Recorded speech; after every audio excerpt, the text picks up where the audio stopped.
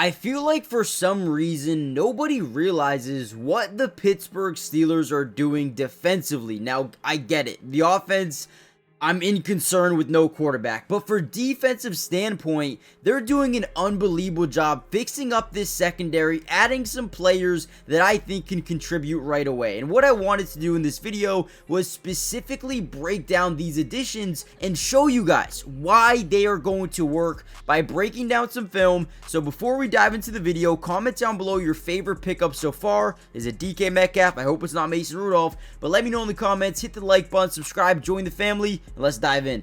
Alright, the first guy that I wanted to break down is Brandon Echols because I feel like he's flying way under the radar for no reason at all. Now, I want to do Darius Slay first, but I felt like I just really need you guys to understand what Brandon Echols is before we get into Darius Slay. Now, Brandon Echols is a guy that can really force a lot of turnovers. This season had 2 of them, right? Was able to force 2 turnovers. Now, look at this play here. They're going to be in what you call a shell defense here. You're going to see it develop. Now, it is 3rd and 15. So, what we're going to do is play off coverage, outside leverage to the top side of your screen.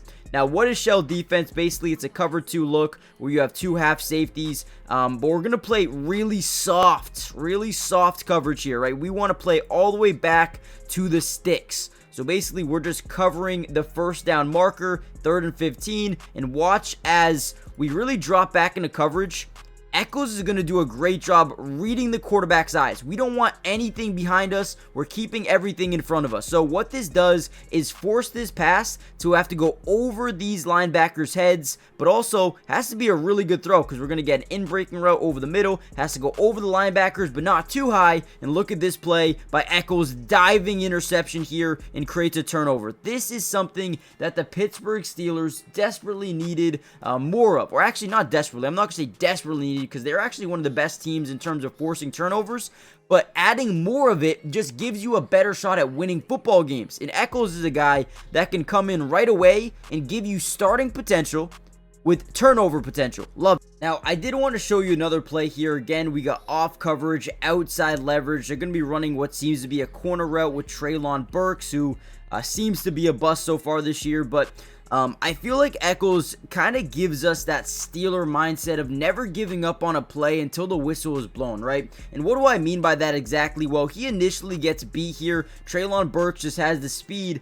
to outrun him. And Will Levis or Mason Rudolph, whoever throws his ball, actually, underthrows it a little bit, right?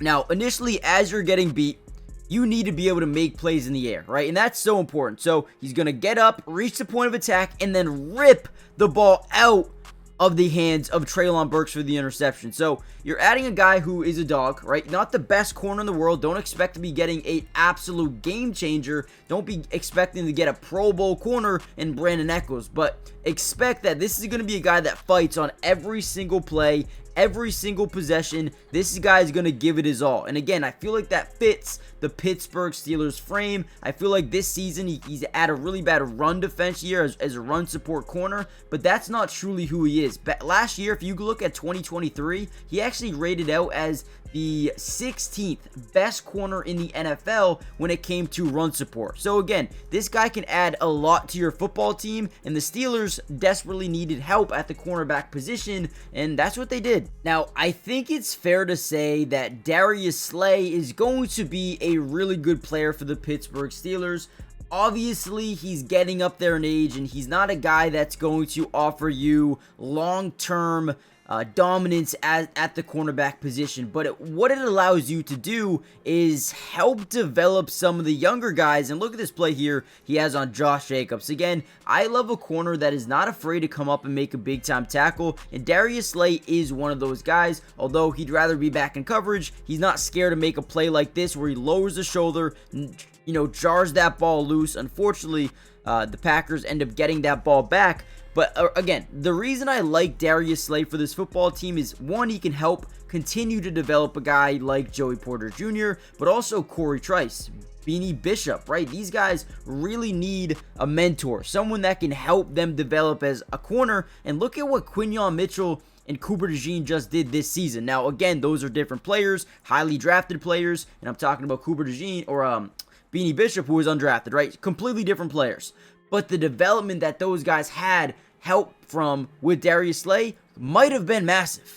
Now, when it comes to Darius Slay and coverage, I feel like he is actually coming off a pretty good year, 12 PBUs. Here's a play where they're going to see the one-on-one coverage and try to send this double move down the right sideline to the end zone. They're going to throw it up there and watch Darius Slay turn around, look at the football, get to that catch point, and smack the ball out of Rashid's hands. Now, you also do have to credit the big man right here, Jalen Carter, absolute dominant force, but in Pittsburgh, they have a lot of guys that can get to the quarterback, which is going to generate similar throws to this one, right? When you have TJ Watt, Alex Highsmith, Nick Herbig, a lot of guys I really like. Again, I love Slay's ability to turn around and look for the football, avoiding a lot of penalty calls. Now, as of right now, I don't mind what this DB room looks like with Darius Slay, Joey Porter Jr., Brandon Echols, Corey Trice, who I really do like. I think he could become, a starting quarterback for this team. And then you have Beanie Bishop in the slot. Again, I think it's not a bad lineup to have here. Another great job here reading the quarterback's eyes, kind of baiting him to making this throw on a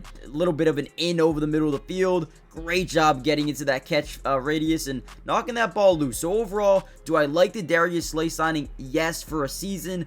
Helps develop Corey Trice, maybe even Beanie Bishop, along with Joey Porter Jr., right? But also gives them more flexibility in the draft, whether they want to go corner or if they want to go a completely different position, like a quarterback, right, for the future. I don't know what they're going to do, but it gives them flexibility and it gives them another chance to compete next season at this DB, or at least in the DB room, right?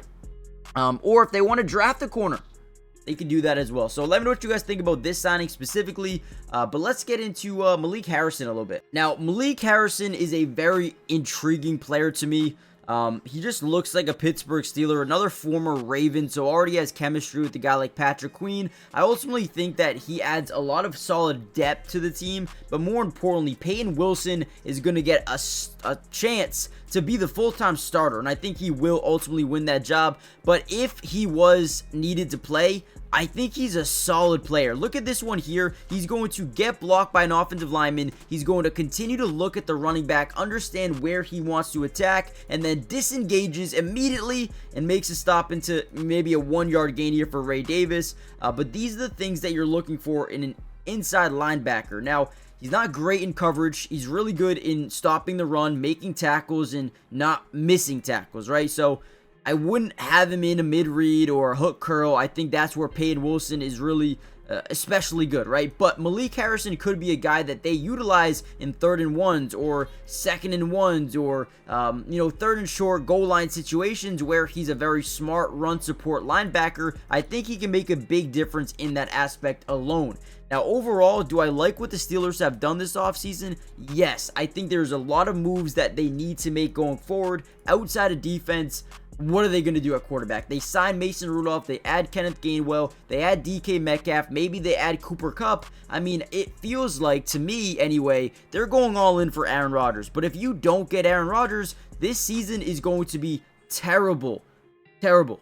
Right? Maybe you get Russell Wilson back, but what's the true potential of this team? If they don't get Aaron Rodgers, I start to panic, if I'm just being honest. And it seems like it's between them or the Giants at this point.